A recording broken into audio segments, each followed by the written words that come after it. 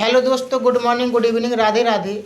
आज मैं आपके सामने फिर से एक वीडियो लेकर के आया हूँ, जिस वीडियो में मैं आपको वर्ब में आईएनजी लगाने के नियम सिखाऊंगा।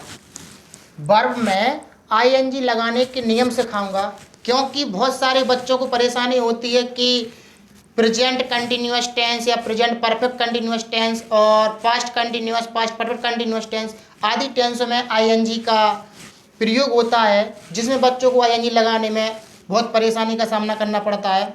जिससे आज मैं वर्ब में आईएनजी लगाने के नियम सिखा रहा हूँ। तो आईएनजी लगाने के नियम सीखने से पहले आपको स्वर यानी कि बोले वॉवेल्स और व्यंजन यानी कि कॉन्सोनेंट आपको पता होना चाहिए।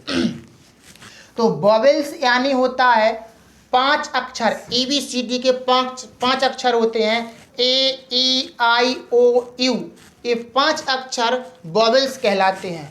और कॉन्सोनेंट यानी कि व्यंजन, कॉन्सोनेंट ABCD के इन 5 अक्षरों के अलावा जो भी अक्षर बचे हुए होते हैं उन्हें अपन कॉन्सोनेंट बोलते हैं। क्या बोलते हैं हम लोग? कॉन्सोनेंट। तो वॉवेल्स क्या कहलाते? AEIOU। और कॉन्सोनेंट क्या कहलाते? शेष सभी अक्षर, इन 5 अक्षरों को छोड़ करके ABCD के जितने भी अक्षर बचे हुए हैं वो सारे आपके कॉन्सोनेंट कहलाते हैं। तो रूल्स पढ़ने से पहले हमें स्वर और व्यंजन यानी कि बोले तो स्वर यानी वॉवेल्स, व्यंजन यानी कॉन्सोनेंट आपको पता होना चाहिए। देखते हैं नियम नंबर 1। आपका नियम 1 क्या बोलता है कि जिन वर्ब्स का अंतिम अक्षर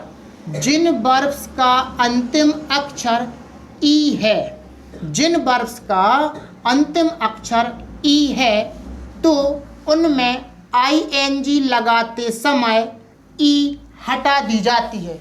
ई हटा दी जाती है यानी कि जिन वर्ब्स का अंतिम अक्षर ई है तो उनमें आईएनजी लगाते समय ई हटा दी जाती है। जैसे कम मीन्स होता है आना, कम में ई लगा है लास्ट में तो जो ई हटा दी जाती है, यानी कि कम में आईएनजी जोड़ेंगे तो कमिंग हो जाएगा। क्या हो जाएगा? कमिंग। इसी तरीके से हमने दूसरा एग्जाम्पल लिया टेक का अंतिम अक्षर अपने पास क्या है? ई है। तो ई है तो ई को हटा करके टेक में आईएनजी जोड़ेंगे तो टेकिंग हो जाएगा। तो आपका ये पहला नियम था कि जिन वर्ब्स का अंतिम अक्षर ई है तो उनमें आईएनजी लगाते समय ई हटा दी जाती है। यानी कम यानी कि अंतिम अक्षर ई है, ई हटा करके आईएनजी लगा देते तो कमिंग हो जाएगा। टेक में आईएनजी लगाने के लिए ई हटा देते हैं तो टेकिंग हो जाएगा। आपका पहला नियम कंप्लीट हो चुका है। सेकंड नियम, आपका दूसरा नियम, जिन वर्ब्स के अंत में कोई व्यंजन हो, व्यंजन यानी कि जो इंग्लिश मीडियम के बच्चे हैं तो अगर आपको व्यंजन समझ में ना आ रहा हो तो इसको कॉन्सोनेंट बोलते हैं। क्या बोलते हैं? कॉन्सोनेंट। हम ऊपर बता चुके हैं पहले ही। तो जिन वर्ब्स के अंत में कोई भी व्यंजन हो, XYZ कोई भी व्यंजन हो तथा ठीक जस्ट उसके पहले कोई स्वर आया हो। क्या आया हो? स्वर। तो आईएनजी लगाते समय अंतिम अक्षर डबल हो जाता है। यानी जिस वर्ब के अंत में कोई व्यंजन हो और व्यंजन के जस्ट पहले कोई स्वर हो यानी कि वॉवेल्स हो तो आईएनजी लगाते समय अंतिम अक्षर डबल हो जाता है। जैसे स्टॉप में अंतिम अक्षर अपना कॉन्सोनेंट है यानी कि वॉवेल यानी कॉन्सोनेंट है यानी कि व्यंजन, और इसके जस्ट पहले एक अपना वॉवेल्स है यानी कि स्वर। तो अंतिम अक्षर व्यंजन है, जस्ट उसके पहले कोई अपना स्वर आ गया है तो इसमें आईएनजी लगाने के लिए अंतिम अक्षर डबल करना है। तो स्टॉप में जो पी अक्षर है, इस पी को डबल करके आईएनजी जोड़ना है यानी स्टॉपिंग, डबल पी करना है। इसी तरीके से दूसरा एग्जाम्पल, सेट, इसका अंतिम अक्षर अपना व्यंजन है और इसके जस्ट पहले आई यानी कि स्वर है यानी कि वॉवेल्स है तो इसमें आईएनजी लगाते समय अंतिम अक्षर डबल करना है यानी कि सेट में डबल टी हो जाएगा तो सेटिंग हो जाएगा अपना।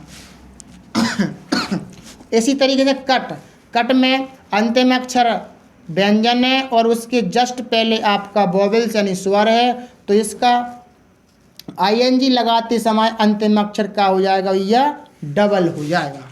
तो आपका सेकंड नियम कंप्लीट हो चुका है कि जिस वर्ब्स के अंत में कोई व्यंजन हो और व्यंजन के जस्ट पहले कोई स्वर हो तो आईएनजी लगाते समय अंतिम अक्षर डबल हो जाता है। ठीक, सेकंड नियम आपका कंप्लीट हो चुका है।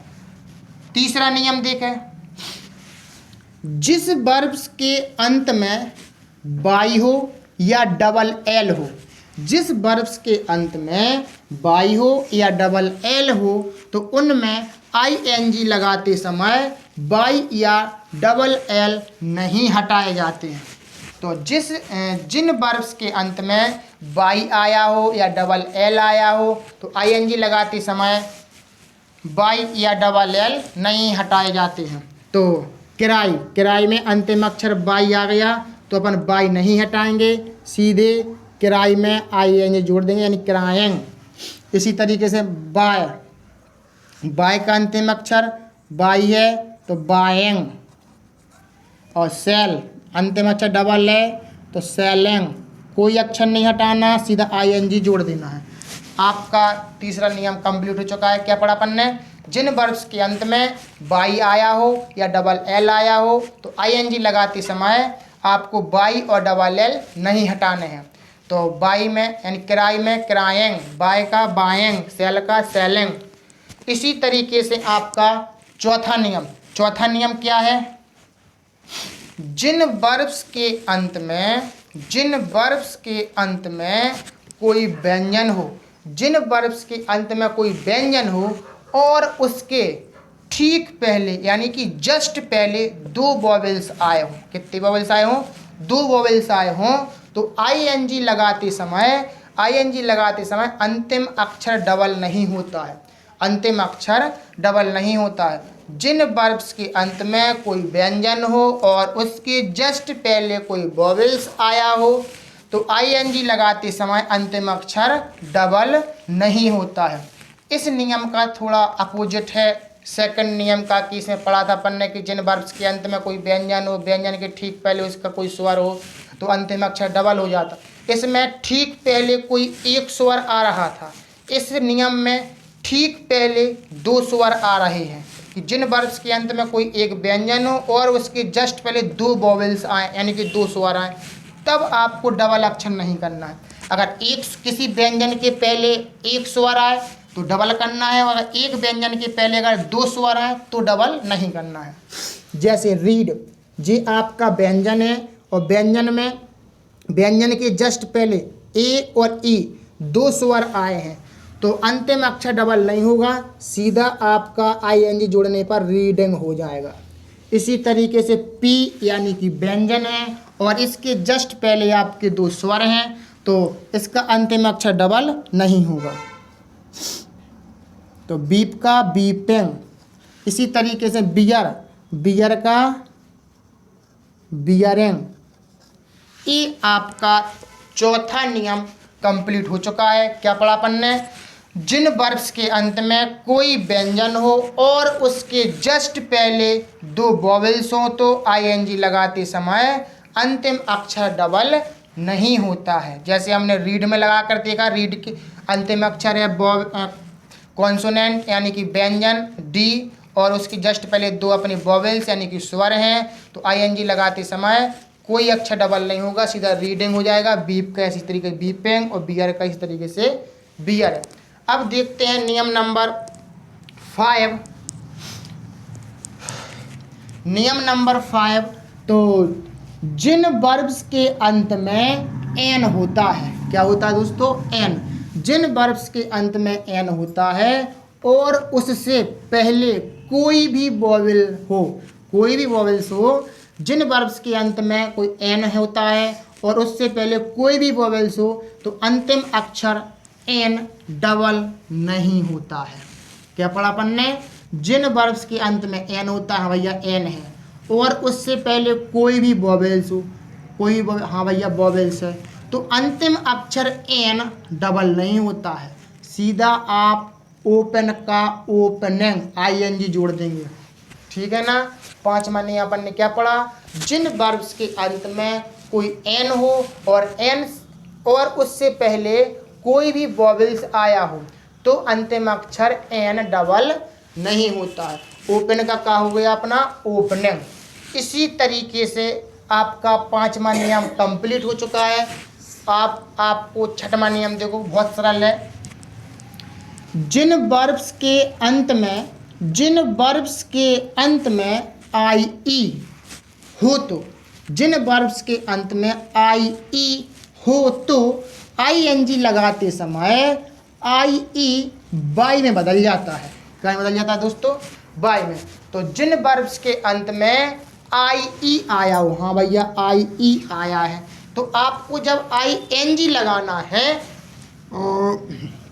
तो आई ई हटा करके बाई में बदल देते हैं इसको। जैसे आई ई लगा, आई ई को हटा करके इसमें बाई जोड़ दें और आईएनजी लग जाएगा इसमें, इस तरीके से। इसी तरीके से डाई में आई ई है, इसका अपन लोग आईएनजी जोड़ेंगे इसमें, तो डाई का आई हट करके बाई, डाइंग। टाई का टाइंग। ठीक है ना दोस्तों जी। आपका नियम नंबर 6 कंप्लीट हो चुका है। नियम नंबर 7, जिन वर्ब्स के अंत में डबल ई या फिर बाई ई होते हैं तो उन शब्दों में आईएनजी लगाते समय अंतिम ई नहीं हटाते हैं। क्या नहीं हटाते हैं दोस्तों? अंतिम ई नहीं हटाते हैं। तो जिन वर्ब्स के अंत में डबल ई आए या बाई ई आए तो उन शब्दों में आईएनजी लगाते समय अंतिम ई नहीं हटाते। जैसे फिली, अंत में डबल ई आ गया, कुछ नहीं हटाना, सीधा फिली में आईएनजी जोड़ दो तो फिलियंग। डाई में डाइंग। इसी तरीके से एग्री, डबल ई आया है तो एग्रीइंग। ठीक है ना दोस्तों। आज हमने तो अपन ने 7वां नियम क्या पढ़ा था, जिन वर्ब्स के अंत में डबल ई या बाई होते हैं तो उन शब्दों में आईएनजी लगाते समय अंतिम ई नहीं हटाते हैं। फिली का फिलियंग, जैसे इसमें डबल ई आया है तो हमने कोई ई नहीं हटाई, सीधे आईएनजी जोड़ दिया। डाइंग में बाई ई आया है, हमने कुछ ई नहीं हटाया, सीधे डाइंग कर दिया। एग्री में डबल ई तो एग्रीइंग कर दिया। ठीक है ना दोस्तों। इस तरीके से हमने वर्ब में आईएनजी लगाने के कुछ नियम सीखे हैं। तो अगर आपको हमारी वीडियो अच्छी लगी हो और अगर आपने कुछ सीखा हो तो हमारे चैनल को सब्सक्राइब करें और हमारी वीडियो को लाइक करें और शेयर करें।